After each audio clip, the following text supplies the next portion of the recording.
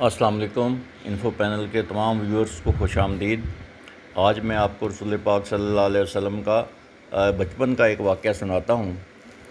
تمام حضرات سے گزارش ہے، تمام ویورز سے گزارش ہے کہ درود پاک پڑھ لیجئے۔ اللہم صلی اللہ سیدنا محمد و علی آل سیدنا محمد وبارک وسلم۔ جب رسول پاک صلی اللہ علیہ وسلم کی عمر 12 سال ہوئی تو آپ کے چچا ابو طالب نے شام کے سفر کا ارادہ کیا، جو کہ تجارت کی غرض سے تھا۔ قریش کے دو قافلے سفر کے لیے جایا کرتے تھے، ایک گرمیوں میں شام جاتا تھا تجارت کی غرض سے، اور دوسرا سردیوں میں یمن جاتا تھا تجارت کی غرض سے۔ تو یہ گرمیوں کا موسم تھا اور سفر شام کا ارادہ تھا۔ جب نبی پاک صلی اللہ علیہ وسلم نے ضد کی کہ بھئی مجھے بھی ساتھ لے جائیے، تو جناب ابو طالب نے آپ کو منع کر دیا، اور باقی قریش کے سردار بھی منع کر رہے تھے اور کہہ رہے تھے کہ جناب سفر کی صعوبتیں بچے برداشت نہیں کر پائیں گے، تمام مشکلات کا سامنا کرنا بچوں کے لیے ذرا مشکل ہوگا، اس لیے ان کو ساتھ نہ لے کے جائیں۔ تو رسول پاک صلی اللہ علیہ وسلم بہت رنجیدہ ہو گئے۔ تو جناب ابو طالب نے آپ سے پوچھا کہ آپ رنجیدہ کیوں ہو؟ تو آپ نے بتایا کہ میں نے ساتھ جانا ہے۔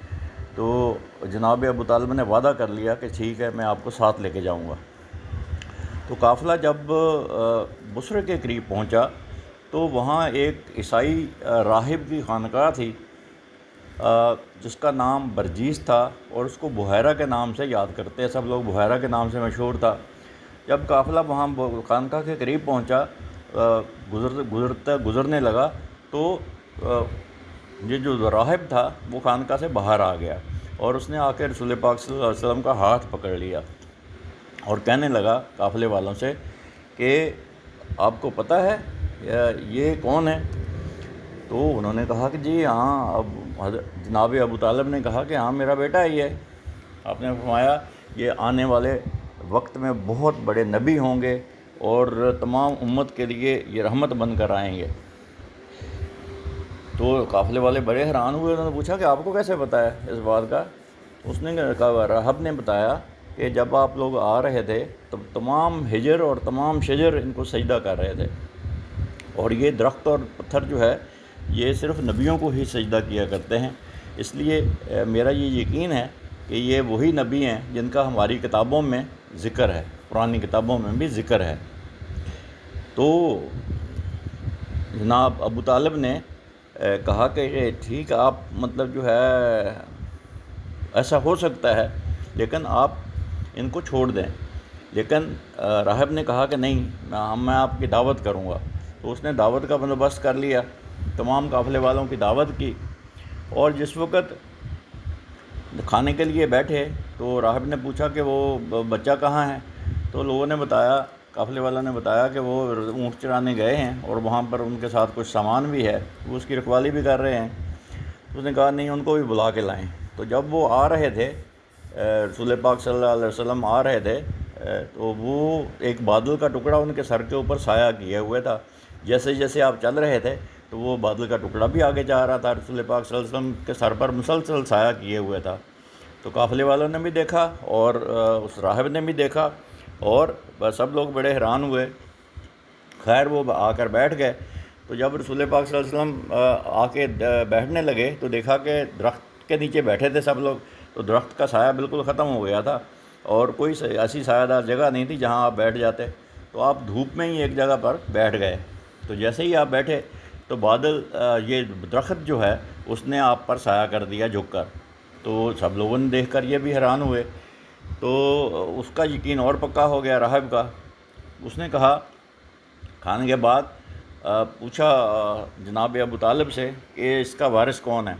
تو حضرت ابو طالب نے کہا کہ جناب یہ میرا بیٹا ہے۔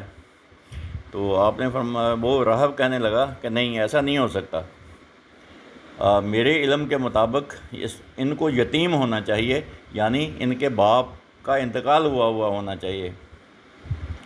تو جناب ابو طالب نے تصدیق کر دی کہ ہاں ایسا ہی ہے، میں بیسیکلی ان کا چچا ہوں، اور میں ہی ان کو باپ بیٹے کی طرح رکھتا ہوں اپنے ساتھ۔ ان کے باپ کا جو ہے وہ بچپن میں انتقال ہو گیا تھا۔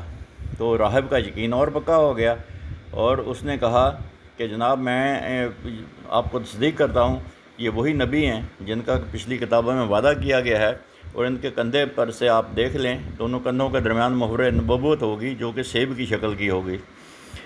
تو بہرحال اس نے مشورہ دیا کہ آپ ان کو واپس لے جائیں، آگے سفر مت کیجیے، ایسا نہ ہو نصرانی اور رومی جو ہے وہ آپ کو نقصان پہنچائیں یا تنگ کریں، اور ممکن ہے اس بچے کو نقصان پہنچائیں، تو برائے مہربانی آپ واپس مکے چلے جائیے۔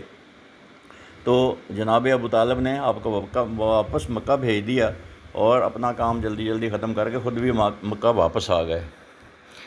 مجھے امید ہے آپ کو یہ واقعہ پسند آیا ہوگا، آپ کے علم میں اضافہ ہوا ہوگا۔